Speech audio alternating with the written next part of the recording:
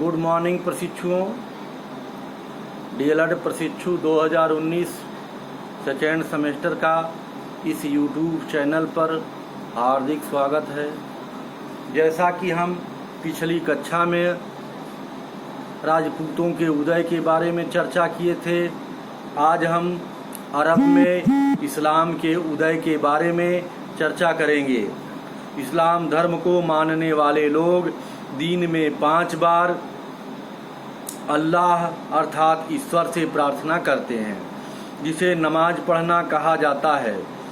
मस्जिद में किसी देवी देवता की मूर्ति नहीं होती।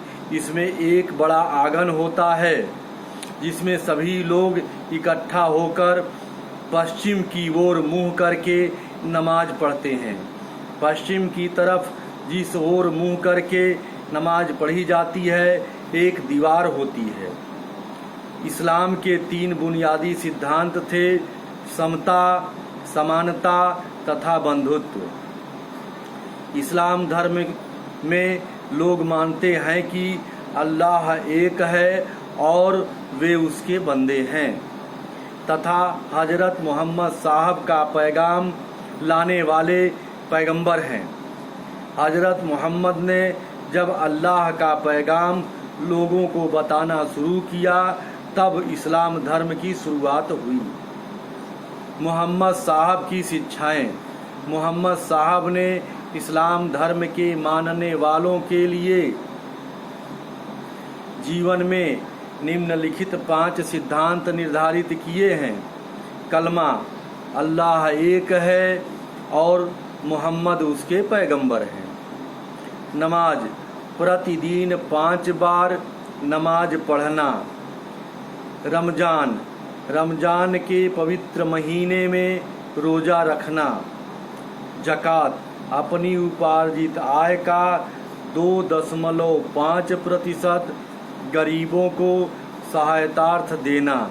हज, पूरे जीवन में एक बार मक्का की तीर्थ यात्रा करना। इस्लाम धर्म का उदय। इस्लाम का उदय 7वीं शताब्दी में अरब प्रायद्वीप में हुआ। इसके अंतिम नबी मोहम्मद साहब का जन्म 570 ईस्वी में मक्का में हुआ था। लगभग 613 ईस्वी के आसपास मोहम्मद साहब ने लोगों को अपने ज्ञान का उपदेश देना प्रारंभ किया। इसी घटना को इस्लाम धर्म का आरंभ माना जाता है। हालांकि इस समय तक इसको एक नए धर्म के रूप में नहीं देखा गया था। परवर्ती वर्षों में मोहम्मद साहब के अनुयायियों का मक्का के लोगों द्वारा विरोध तथा मोहम्मद के मदीना प्रस्थान को हिजरत कहा गया। इस हिजरत से ही इस्लाम की एक धार्मिक संप्रदाय की शुरुआत हुई। इसी समय से मुसलमानों को हिजरत संवत प्रारंभ होता है। अगले कुछ वर्षों में कई प्रबुद्ध लोग मोहम्मद साहब के अनुयायी बने। उनके अनुयायियों के प्रभाव में आकर भी कई लोग मुसलमान बने। इसके बाद मोहम्मद साहब ने मक्का की वापसी की और उसे युद्ध में जीत लिया। इस घटना के बाद कई और लोग इस्लाम में परिवर्तित हुए, पर पैगंबर को कई विरोध का सामना करना पड़ा। हजरत मोहम्मद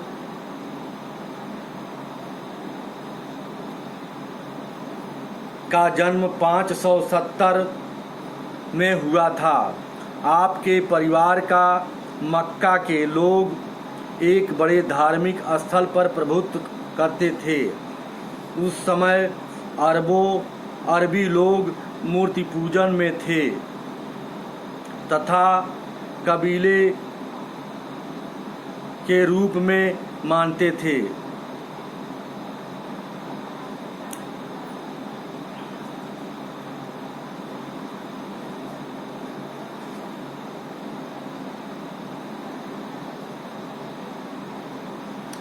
आधुनिक अफ़गानिस्तान के इलाके में, जो इस समय अब्बासी शासन का अंग था, गजनी का महमूद शक्तिशाली हो रहा था।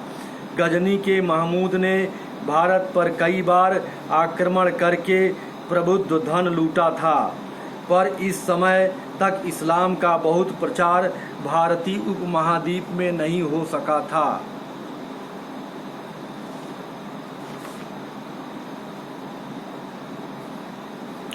तुर्क आक्रमण और इसका भारत पर प्रभाव। राजपूत काल में अनेक बार विदेशियों ने भारत पर आक्रमण किए। प्रारंभ में अरबों ने आक्रमण किए, किंतु वे विशेष सफलता प्राप्त नहीं किए। मोहम्मद बिन कासिम, वह इस्लाम के शुरुआती काल में मोहम्मद बिन कासिम खिलाफत का एक अरब सिपह सालार था। उसने 17 साल की उम्र में भारतीय उपमहाद्वीप के पश्चिमी इलाकों पर हमला बोला और सिंधु नदी के साथ लगे सिंध और पंजाब पर कब्जा कर लिया।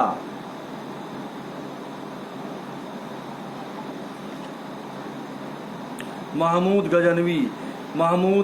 गजनवी पश्चिमी एशिया को छोटी सी रियायत गजनी का महत्वाकांक्षी शासक था। उसे अपनी सेना के लिए धन की आवश्यकता थी।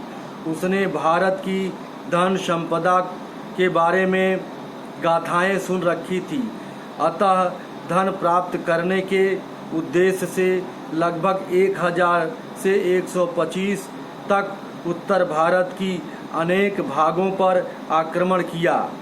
महमूद गजनवी ने भारत पर कुल 17 बार आक्रमण किया, जिसमें उसे सफलता मिली।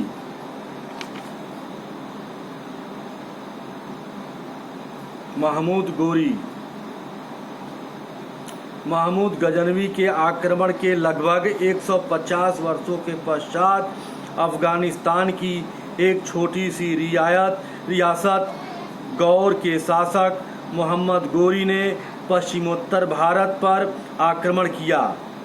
भारतीय राजाओं के आपसी संघर्ष का लाभ उठाते हुए गोरी ने लगभग 1175 ईस्वी में भारत पर पहला आक्रमण कर मुल्तान तथा सिंध पर अधिकार कर लिया। मोहम्मद गोरी का भारत आक्रमण का उद्देश्य धन प्राप्ति था। इस समय उत्तर भारत में अजमेर, चौहान राज, गुजरात, सोलंकी राज आदि थे। आज यहीं तक, धन्यवाद।